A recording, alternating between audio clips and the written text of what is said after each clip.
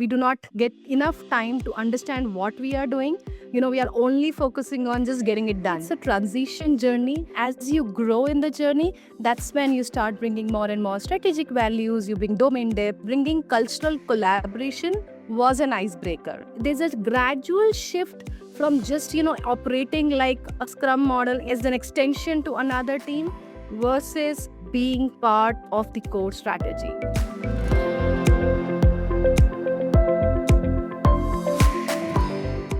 Hello, everyone. Welcome to another engaging and inspiring conversation at GCC Pulse Center Stage.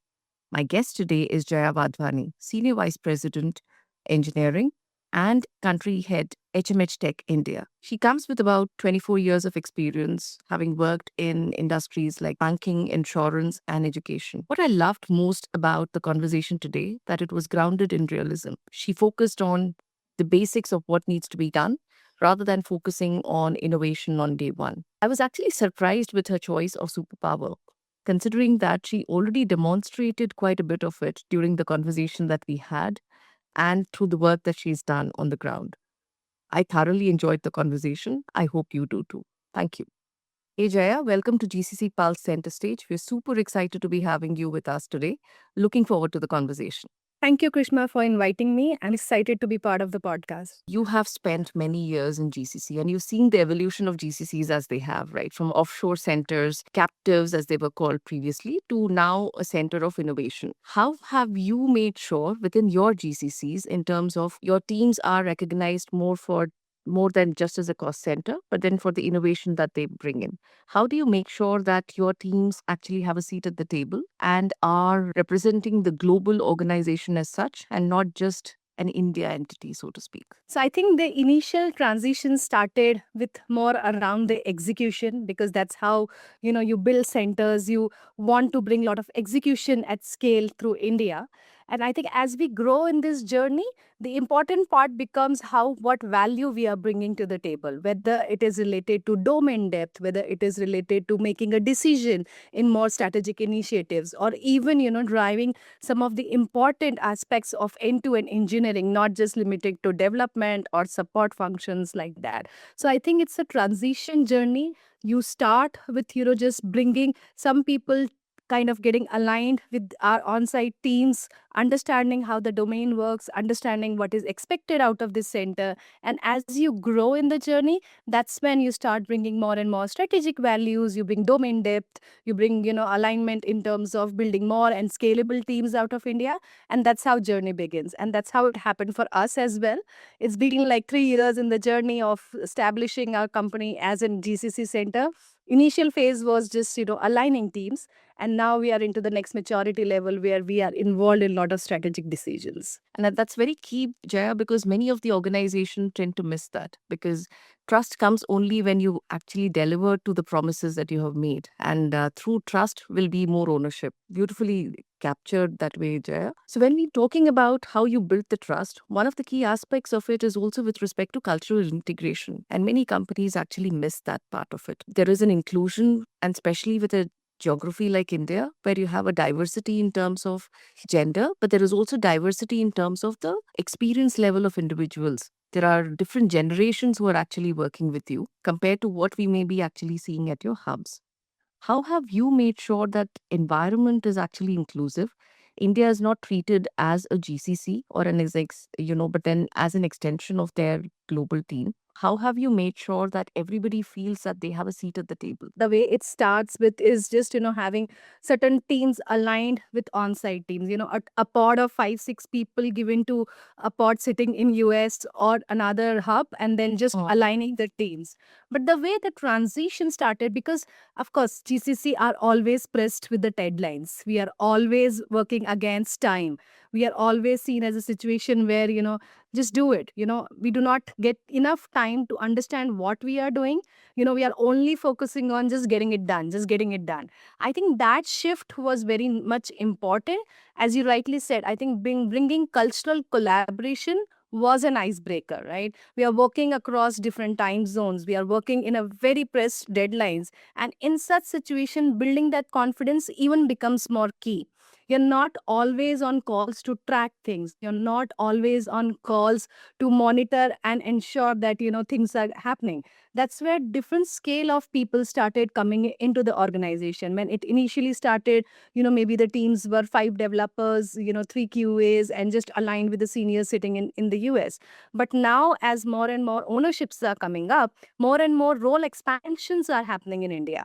More and more senior roles are coming to India. More and more technical oriented architect roles are coming to India. And likewise, when we build domain expertise, more and more avenues are opening for bringing domain expertise roles in India. So when you start with a slate where you're just focused on developing things. Then you go to the next stage where you're focusing on bringing the value and sustaining and then building trust. And likewise, I think cultural collaboration, this barriers of time zones and all of that, kind of shits away, and you build trust. Then it's not just about sitting in a call. It's about adding value. It's about being part of the decision. It's unless and until you do not understand such things, then you're just part of the call. You're not influencing the call. And I think that's where the tables turn. The moment you start becoming just from contributor to an influencer, things automatically will start shaping up. The trust will build for everyone in the organization in general. Very true, Jaya. And if I could just double click on what you mentioned about more architect roles, more domain skills actually coming to India. How has this changed the operating model? Do we now have a team structure wherein you could actually have a lead from India taking care of operations elsewhere? How have you made sure that the operation is actually integrated? And are there P&L accountabilities also that you have within the GCCs today? So the way the integration model is now working is not just limited to, people just being assigned to teams. It's more about how we are driving the roadmap, how we are, strategically designing the platform. How we are bringing lot of changes in the way the operations used to get executed. If you see, initially the model was Scrum calls happening in the evening, and it's also with the counterparts sitting in different locations.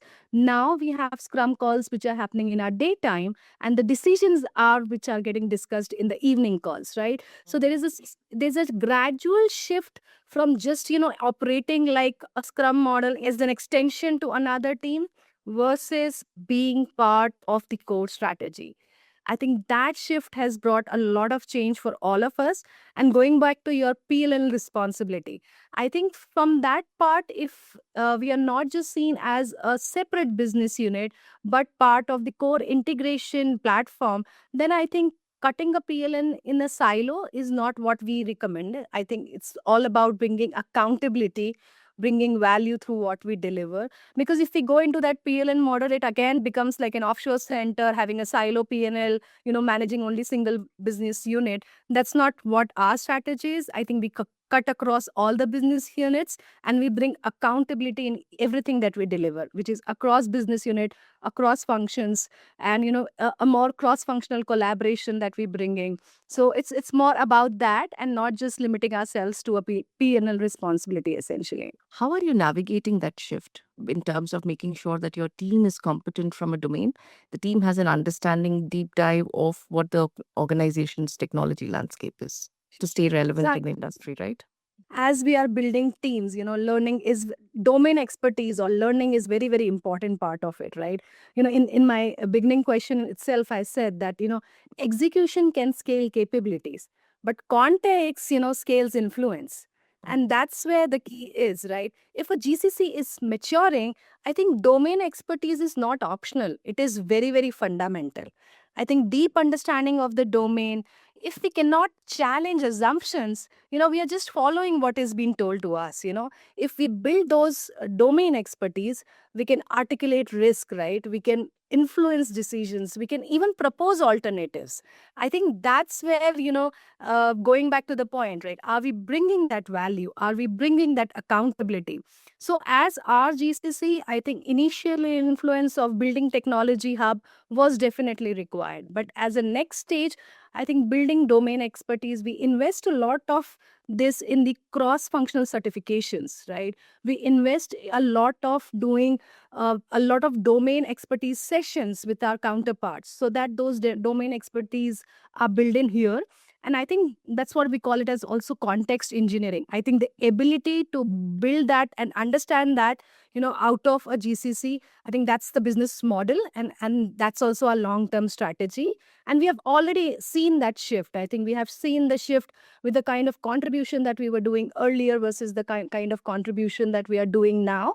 More and more responsibilities are flowing into GCCs. There's a lot of study which has been done saying that the younger generation doesn't actually want to come to office. They prefer working remote. So how are you balancing the need for having close collaborations within the organization so that you're able to build in that domain competency context, as you rightly pointed out, and also providing that flexibility to the associates in terms of saying that, yes, you can work remote. What is it that you are doing? And what do you think should be the general guideline for GCCs? So I always, whenever this hybrid thing comes up, Krishma, I always tell my teams. I mean, that's the direction I have given to my team, that there is nothing called hybrid. I think it's a purpose driven hybrid. Okay, so if there is a need for us to kind of come in person, meet, do some brainstorming, discussion, do in depth, maybe a war room, or maybe a situation where we have to all come together.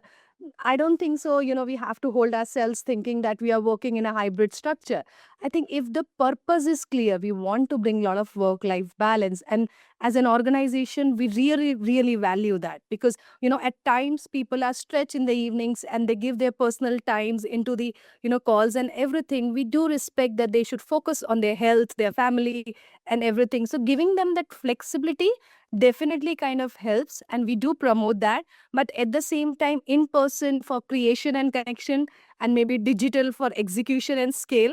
I think that's the motto, and that's how I just give the flexibility, saying that, drive hybrid based on a purpose, not that it is a policy or it is a need or it is, a mandate. It should be more individuals deciding that what suits them in terms of scheduling their working hours, scheduling their time, and at the same time focusing both work and life, and not impacting any of the deliveries or important, milestones that we establish for ourselves, because the success will be driven from that, not from where you operate from, or which geography is delivering what.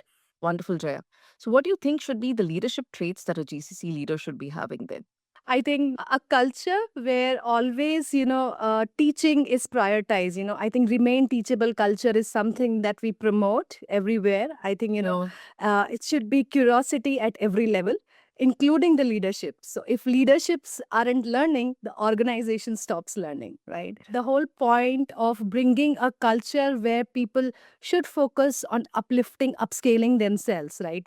And in the world of AI, I think that becomes very, very important. We have to run against all of the new things that are coming in, and have to make sure that keeping that in mind, we are taking the right decisions. So I think remain teachable is one culture that, it promotes up from the leadership to the down.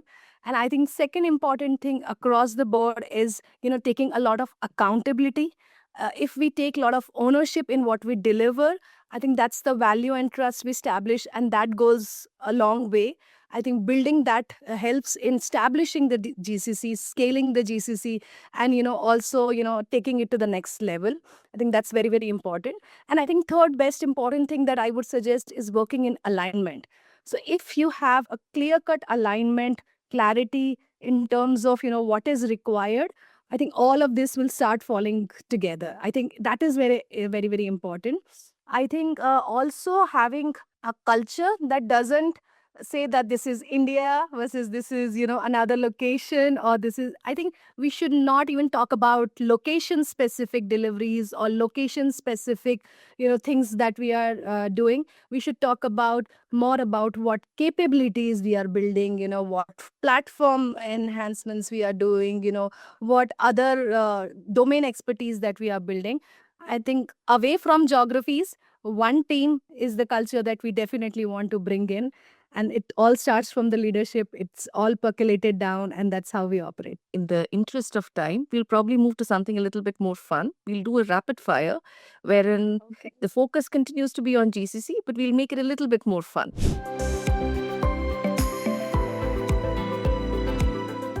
So when hiring for a GCC, are you looking for the best techie on the ground, or are you looking for somebody who communicates and has the best attitude? I think I will pick up a communicator because technology can be taught. What about in today's world where, everybody is wanting skills, everybody is wanting, experienced people? What was more challenging, setting up the first 100 or scaling up to the next 500? Definitely, it's scaling up the next 500. I think, yes, because the first 100 is just building the momentum, right? The next 500 is the test for your operating model. So for the next 500, are you looking at more people or more bots? Do you think there's the future of GCCs where we'll start having teams which are only bots? I would say I'm looking for more augmentation. I think, bots, but human rising in the value chain. How is your team organized? And in the age of collaboration that you spoke about, are you looking more at open floor plans or private cabins? I prefer flexible, the same hybrid philosophy. It should be purpose driven. So I call it flexible and not just this versus that. Let's say GCC Pulse is able to hand over a superpower to you to help you traverse the matrix organization and continuous changing technology landscape. What is the one superpower do you think a GCC leader needs today? I think if I get that, I would be very happy because at this point in time, I'm seeking a lot of clarity. I think that is the one word or one superpower is very much required in a global matrix because, confusion is the biggest productivity killer. I wish that was also true for our day to day work, right? And not just for GCCs. Clarity is something all of us lack and wish we had more of that, right? Wonderful conversation. Thank you for being part of the GCC Pulse Center Stage. Enjoyed it thoroughly. Thank you, Krishma, and thank you so much for giving me this opportunity to share a lot of thoughts. I hope that India is seen as a growing GCC market, and some of these insights will help people. I think way to go for India, and I always promote that.